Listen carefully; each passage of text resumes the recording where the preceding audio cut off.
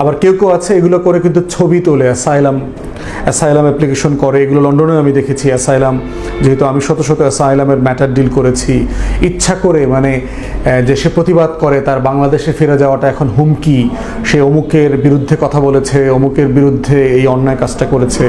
কিন্তু ফৌজদারি অপরাধ করে আপনি পাবলিক প্লেসে যে অভদ্র আচরণ সেগুলো তৈরি করে এরপরে আপনি ওইটার বেনিফিট ওখানকার কোর্ট থেকে নেবেন, ব্যাপারটাকে এত সাদামাঠা দেখবার কোনো সুযোগ নাই।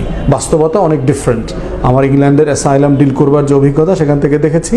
অতএব এই আওয়ামী উৎপাতকারীদের মাথায় রাখতে হবে যে আপনাদের এই কাজগুলো দেশেরও ক্ষতি হচ্ছে, আপনার নিজেরও ক্ষতি হবে। এবং সরকার যেহেতু এটাকে খুব সিরিয়াসলি নিয়েছে, নিউ ইয়র্ক সহ বিভিন্ন জায়গার পুলিশ প্রশাসন আমেরিকাতে এগুলোর অ্যাকশনে যাবে। অতএব সেই জায়গাগুলো মাথায় রাখবেন। বাট ইকুয়ালি অনেকে দাবি করছে তাদের পরিবারকে হেনস্থা করা, বাংলাদেশে গ্রেফতার করা, এই কাজগুলো করার আমি পক্ষপাতে না। কারণ পরিবারের সদস্যরা এই অন্যায় কাজটা করে নাই।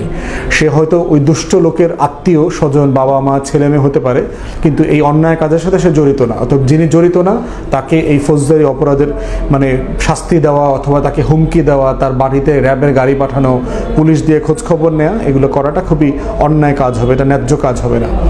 যে উপকরণটা আজকে টাচ করতে চাই সেটা হচ্ছে যে সরকারের পররাষ্ট্র মন্ত্রণালয়ের বেশ কিছু কর্মকর্তা এই সিন্ডিকেট আকারে এই কাজটা করতে দিছে, ঘটনা ঘটেছে।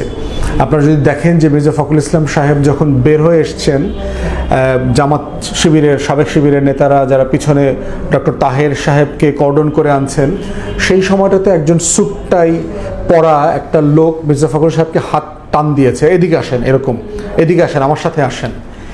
এবং এই লোকটাকে পরে আইডেন্টিফাই করা হয়েছে দেখলাম নিউ ইয়র্কে, আপনার বাংলাদেশের যে ওয়াশিংটনে যে আমাদের যে দূতাবাস আছে সেখানে কাউন্সিলর শোয়েব আবদুল্লাহ নামে। সে একসময় জহুরুল হক হলে অথবা ফজলুল হক হলে সায়েন্স ফ্যাকাল্টিতে ছাত্রলীগের কমিটিতে ছিল, সহ সম্পাদক অথবা সহসভাপতি হোয়াটএভার।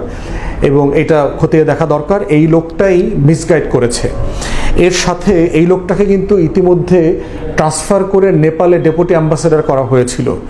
তার এত ক্ষমতা, বর্তমানে যে রাষ্ট্রদূত আছেন সেই সালাউদ্দিন নোমান চৌধুরী, উনি তাকে সেই নেপাল থেকে আবার ওয়াশিংটনে আমেরিকাতে ফেরত নিয়ে গেছেন এই প্রোটোকল ডিল করবার জন্য।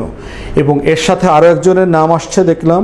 এবং এই বর্তমান যে রাষ্ট্রদূত সে কে দেখবেন, 2018 সালে যে রাতের ভোট হয়েছে, এই রাতের ভোটে নির্বাচনের পরে সারা দুনিয়ার মানুষকে লেজিটিমেসি তৈরি করবার জন্য, ডিপ্লোম্যাটদেরকে বোঝানোর জন্য যা যা করবার চেষ্টা, এটা সে চেষ্টা করেছে।